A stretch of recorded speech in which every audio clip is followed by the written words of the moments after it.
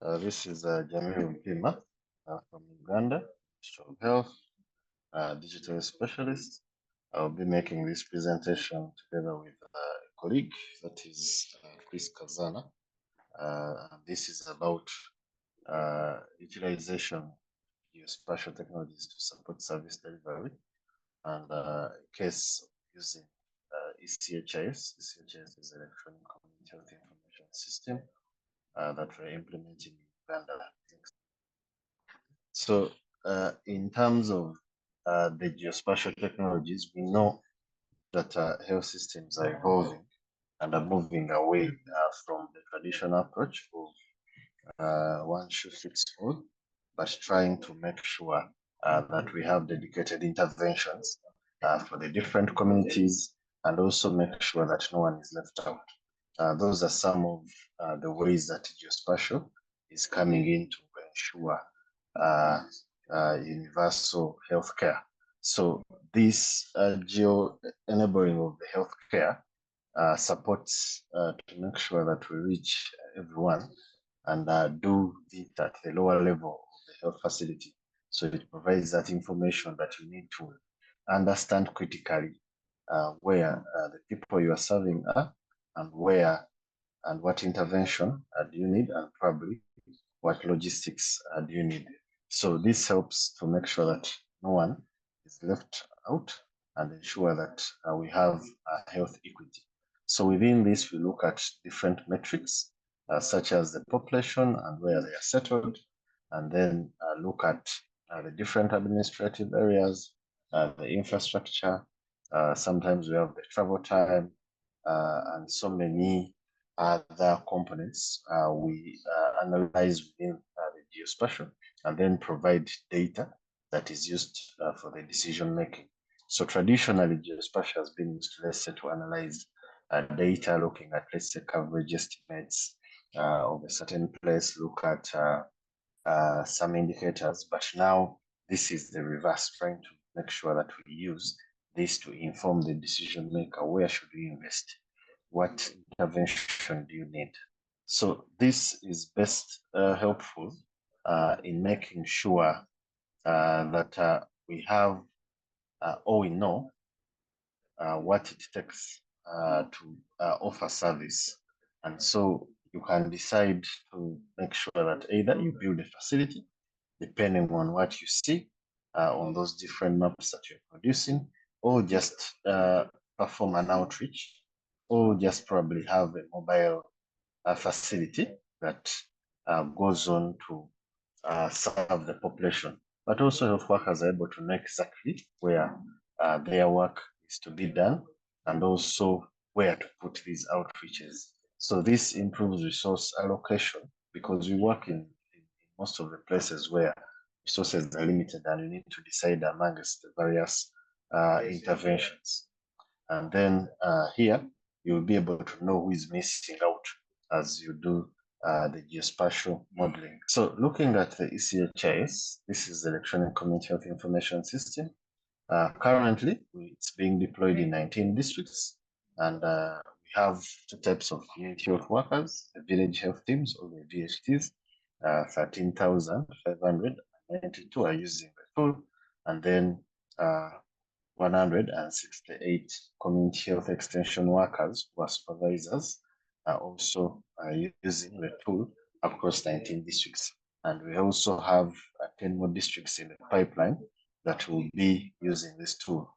So the way this works in terms of the geo-enabled microplanning, or geo-enabling the health information system, is that we have at the community level the eCHIS that picks information from the households, and then there is a relationship to the facility to look at the coverage statistics, and also look at some of those individuals, especially for immunization, which will be the case that we are looking at today, and then develop digital maps within the GIS registry to know where these are and where to identify these children. So going over to the zero dose, is that this is an intervention that has been highlighted by Gavi, that now we need to make sure all children are immunized. And so this is the framework. that shows that. Mainly, you have to first of all identify those children, know who, where, why, and how many are they.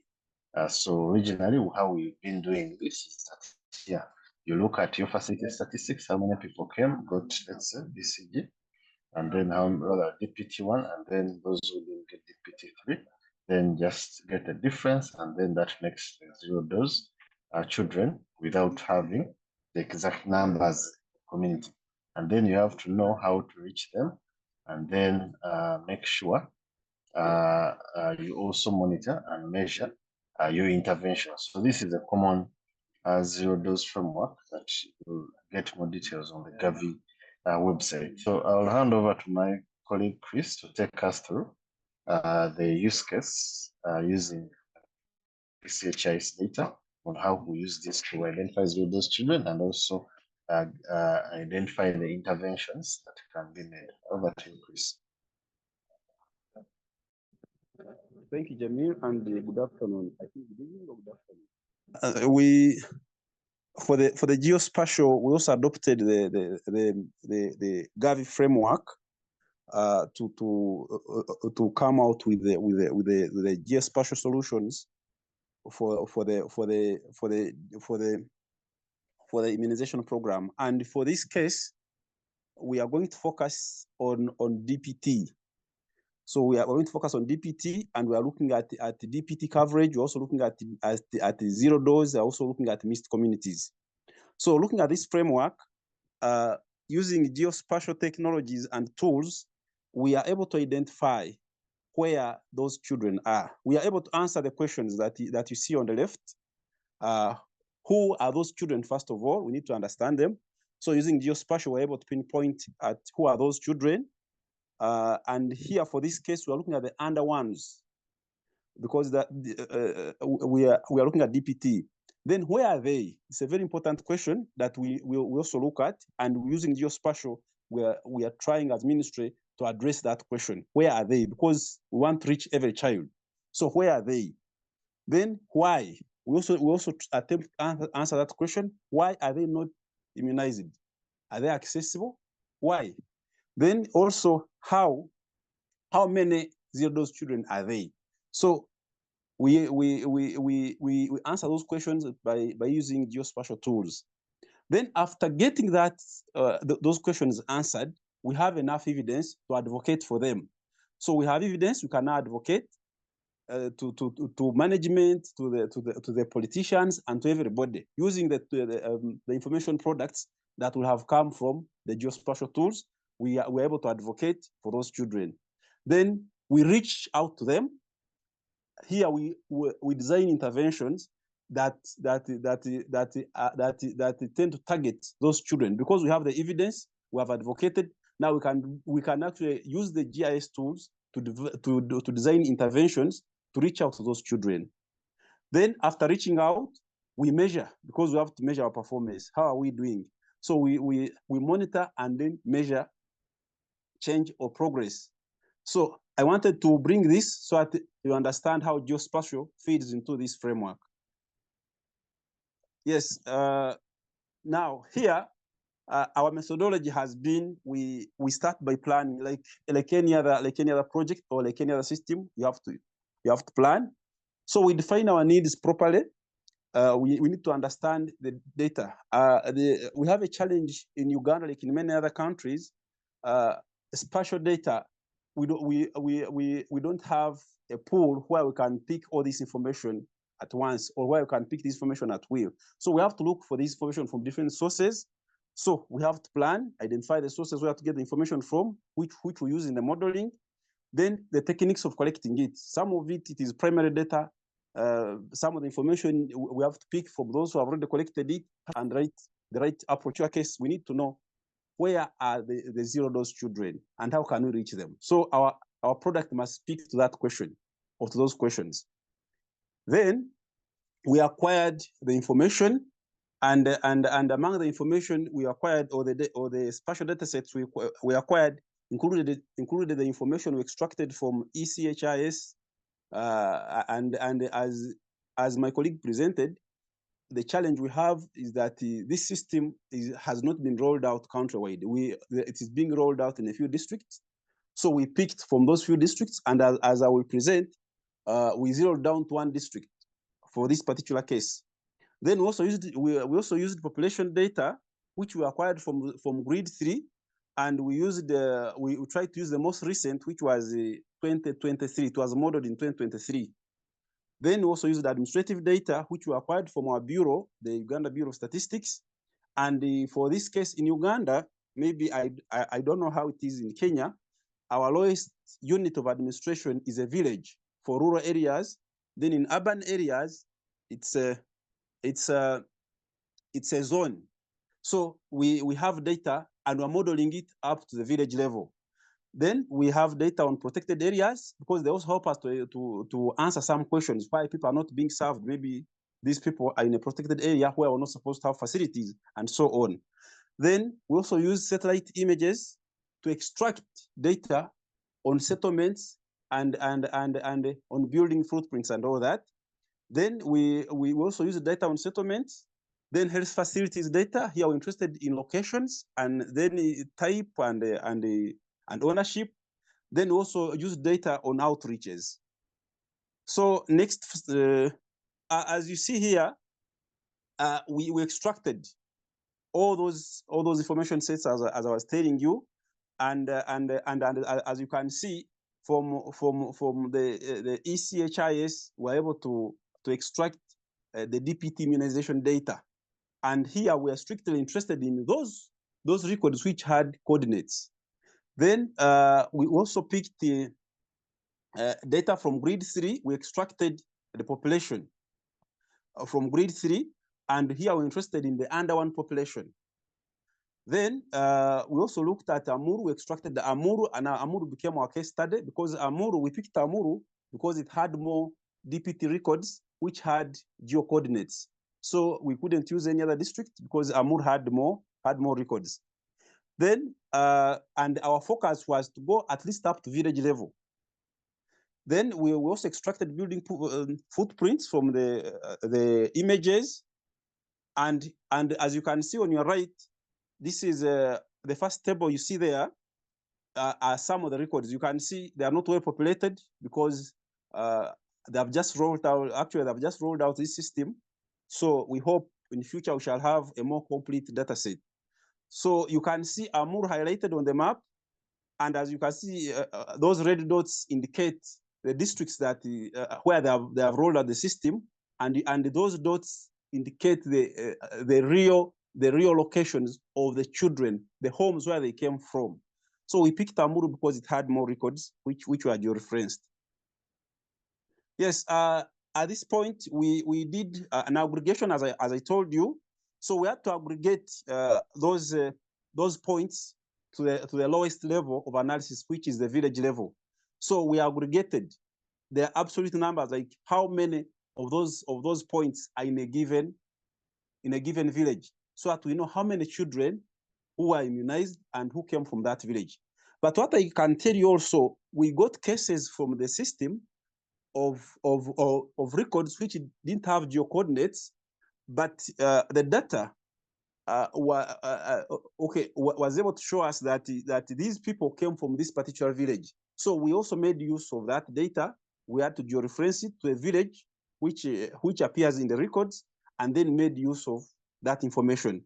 So the map you see on your right shows you how many children came from each village in terms of the records that we got from the system, and those we georeferenced which had the village names. What we do basically is that at this point we integrate, because for us to answer the questions, we need to have information from different sources or from different, okay, we need to have a number of contributing factors. So what you see here, this illustration shows how we integrated data to answer the questions that we presented in the previous illustration. Yes, we are showing you how we computed for 0 dose. You all know that. And we know 0 dose are those children who never received any dose of DPT for this case. And we are getting that, we are arriving at that using the gridded population. And here we're strictly looking at the under ones. Okay. And as I told you, we are able to extract these under ones from the gridded population and up to village level, or below up to the lowest level, which is the village. Now, these under one children, we call them eligible. These are eligible children for DPT. So from the system, we extracted those who got at least a single jab or a single dose of DPT, and those who got a full dose of DPT, full dose. So we're able to know which children did not get any dose, how many dropped out, then how many got full dose, and we're able to know the zero dose from that kind of analysis. So zero dose, we got the total number of children from our model data minus those who got any dose of DPT. So the balance are those children who never got any dose. But our interest here is knowing where they come from, by village or by household. But for this particular case, we focused on the villages because it is the nearest point of accessing them. So next. Yeah, this map here shows you DPT zero dose by village. How many children, okay, how many eligible children did not get DPT per village? So the thicker the color, the more the numbers, or the higher the numbers. So you can see those in thick colors. It shows you that those villages had very many children who didn't get DPT at all. So you can see there is a legend on your left. You can see the legend. It actually shows you the absolute numbers of children who didn't get DPT. Yes, this slide again, it shows DPT dropout. How many of those children who started DPT dose and they dropped out? So we are able to trace them up to the lowest level, which is the village. So you can see the villages in thick colors shows you how many children dropped out. And when you overlay, when you integrate the data or with other factors, you are able also to explain a number of things. Why did they drop out? And because we have the layer for health facilities, when you see critically, you see the health facilities. Are these people dropping out because they are very far away from the health facility? Are they dropping out because of other factors that we can address? So the geospatial helped us to identify or to isolate a number of factors which would guide us to designing interventions that would address the problem of dropouts. Yes, here we picked out a case. We picked out one village which had very high numbers of dropouts and wanted to examine it further and understand what happens. Now, when you look at that map, you see the small green dots. I hope you can see them. Now, those green dots indicate the actual location of children who got DPT immunization, where they came from. Those are the homes where they came from. Okay, so you can see those. Each dot is a child, and you can see we have also integrated it with the data on settlement to show that which settlements these children come from. This is not at the village level. We are trying to go so deep to understand the issue. So at the village level, we're able to pull out the settlements. How are they organized in that village? Where do these communities or these children come from? Where are the homesteads? So you can see where they come from, and you can see there are big settlements like those ones in red. You can see the red settlement on your top left of that map. That's a very big settlement, densely settled, but there is no single child who seems to have come from there. So the question here is, could it have been the data that was not well updated, that they didn't pick any child from there, or there was not any child who came from there? Remember, we're at the village level. We're trying to understand the whole thing at village level. Yeah, we're also able to model out settlement densities, because if we want to understand where people come from, we need to know how densely are they settled. So using the data from the satellite images, we're able to model settlements, and here we're looking at densities. Which areas are densely settled? And when you look at it, and then you overlay with the immunization data, you're able to know whether this place which is densely settled has children who are immunized from there. And if you don't have any child who came from there, then you need to ask questions. Why are these children not getting immunized? And yet we expect these areas to have very many children. So you can see the dark brown color shows densely populated areas or densely settled areas, because these are housing densities. There are very many houses in that area. So you can see wherever you see that brown color, it shows that there are very many people there. So you need to find out how many children came from there who got DPT. Or if there are dropouts in those areas, then you need to focus there because they are densely settled. So from this illustration, we're able to trace every child, and we are tracing them by their location. Where do they come from? Where is the problem? So the geospatial is helping us to arrive at that. Yes. Now we also came out with challenges. We identified challenges. Of course, as you know, we have budgeting constraints. We don't have resources to roll out to all districts to do this kind of work. But also we have challenges with data. As you saw, data from eCHIS, it has gaps. So much as we are doing all these models, we need a more reliable data set to achieve a better to get a better output. And as you can see, there is a sketch map on your right. Also data collection issues, because here we're looking at quality. GIS does not lie. Geospatial does not lie. If the data is of poor quality, it will report you.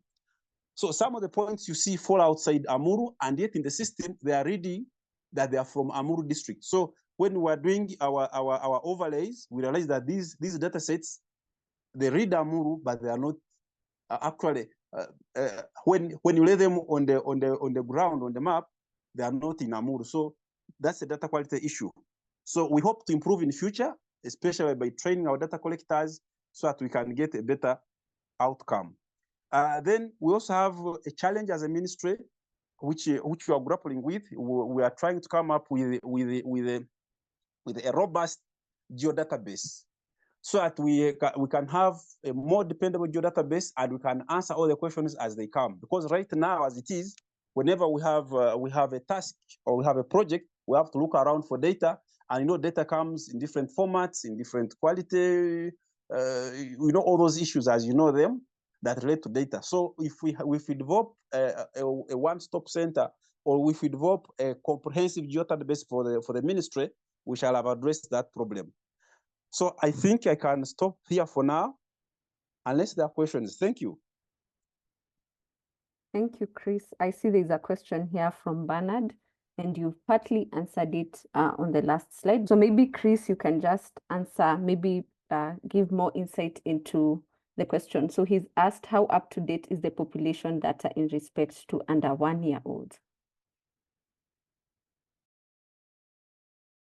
Okay, thank you very much. As I explained in my presentation, we are relying on modeled data, which is from the world population data, and this data was modeled based on the previous census that was conducted in this country.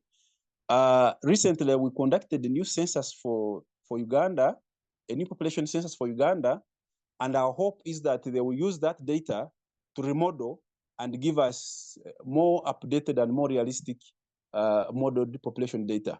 But for planning purposes, we have been relying on that because it is based on projections, which are also known to the Uganda Bureau of Statistics. Thank you. Thank you, Jamiru. Thank you, Chris.